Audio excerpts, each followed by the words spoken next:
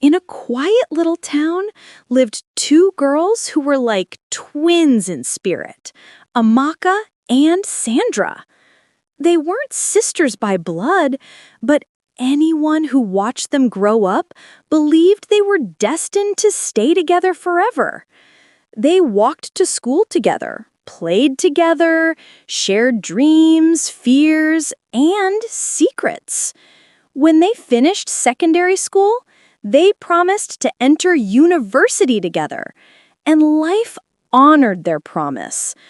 Both of them gained admission into the same university and even secured the same hostel room. Sandra was the stunning one, the girl everyone noticed first.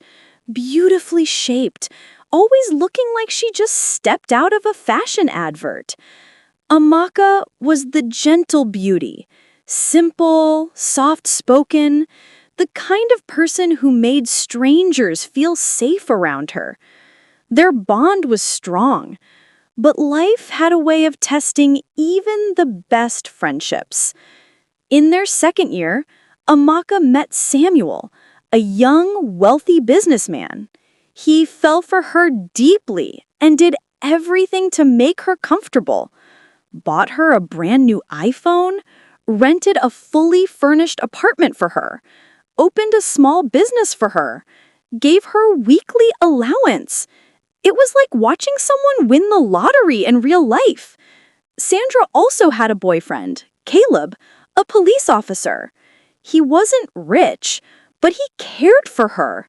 He bought her small gifts, took her out occasionally, and supported her with what he could afford. It should have been enough. But when Sandra looked at Amaka's life, something twisted inside her. At first, it was small. Why her? Why does she always get lucky? But small jealousy left unchecked eventually grew into poison, especially when Amaka moved into her beautiful new apartment. The day Sandra visited the new apartment, everything changed. She saw the polished tiles, the brand new furniture, the spotless kitchen, the glowing sitting room, and jealousy swallowed her whole. Amaka was excited, seeing her friend showing her a gift and telling her about how blessed she felt. Sandra smiled back, but inside her, envy was burning hot. Later that night, she called her boyfriend, Caleb, crying, saying Amaka had been looking down on her, mocking her, comparing boyfriends, humiliating her. None of this was true, but Caleb believed her. Sandra had a strong emotional influence over him, the type of hold someone gains slowly over time. He trusted her blindly, and that blind trust was exactly what she needed, because jealousy had turned into something darker. Sandra convinced Caleb that Amaka needed to be taught a lesson. And through his connections, she found two men willing to do the job. She gave them everything: Amaka's real picture, her exact address, her daily routine, all accurate. There was no mistake. But life had its own twist waiting. Around 10 p.m., Amaka's light went off. Suddenly, her back door made some wand. Amaka went to check who was at the door. Lo and behold, two masked men entered, movements sharp and controlled. Amaka was shocked. She screamed, "Please, please don't hurt me!" The leader shouted, "Shut up!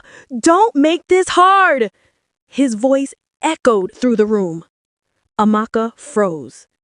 That voice, something about it, something familiar. Her heart raced. With trembling lips, she whispered, "I know this voice." The leader snapped angrily, "Keep quiet!" But Amaka continued, shaking, "Please, you sound like the boy from mile 12, the one they almost killed. I helped beg them to let go." The entire room went silent. He flashed back, a year ago when he stole food in the market out of hunger and was caught. He was an orphan who lost his parents at 14. A mob surrounded him. Fear clouded his vision. His eyes were filled with tears and dust. He couldn't see faces clearly. Just when things were getting dangerous, a girl rushed out and screamed, "Stop! He didn't do anything! I'll pay!" Her voice cut through the chaos. She stood in front of him, defending him, when no one else would. Her voice saved him, but he never clearly saw her face. He was too scared, too injured, too overwhelmed. That girl was Amaka, but neither of them knew they would meet again. The leader took a step back. He slowly removed his mask. His partner panicked. "Oga, what are you doing?" But the leader was staring at Amaka intensely. Then he whispered, "Jesus Christ, it's you?" His partner shouted, "But we already collected Sandra's money." The leader replied, "Keep your money, we can't touch this lady." The leader paced for a moment, thinking, then said, "But if we leave now, Sandra will send others. We must trap them." Amaka looked confused. He continued firmly, "Lie down like you're dead." Amaka gasped, "What?" "Trust me. If they think we finished the job, they will come to inspect. That's when we catch them." Amaka hesitated, then slowly lay down on the floor.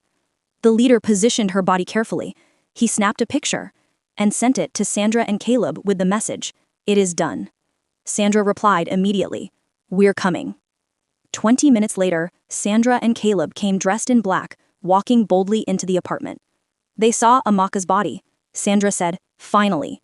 Amaka stood up and they shocked. She told Sandra, "What wrong did I ever do to you?" She said, Sandra replied, "You got all the good things of life. You're not even beautiful. I hate you." Then turned to the men. "As for you guys, I'll come for you all. As for you, Amaka, it's not over yet," she said angrily. They recorded everything, unknowing to her. Amaka called the State Division. Officers arrived quickly, shocked by the evidence. Sandra and Caleb were arrested. Sandra screamed, "Why do you always get the good things? Why is it always you? Let me go! What's happening?" Caleb protested, "I'm a police officer. Untie me. What's happening?" The case went to court. Sandra confessed she cast a spell on Caleb. Sandra tried blaming everything on jealousy, fear, and emotional manipulation. Caleb tried blaming it on Sandra, saying he never knew what he was doing. But the court didn't accept excuses. Caleb lost his job. Sandra and Caleb faced charges. The men sent to were locked in a cell, but Samuel bailed them and gave them some money to start something meaning with their lives. Amaka walked out of that courtroom stronger, wiser, and deeply changed. Samuel and Amaka got married and lived happily after.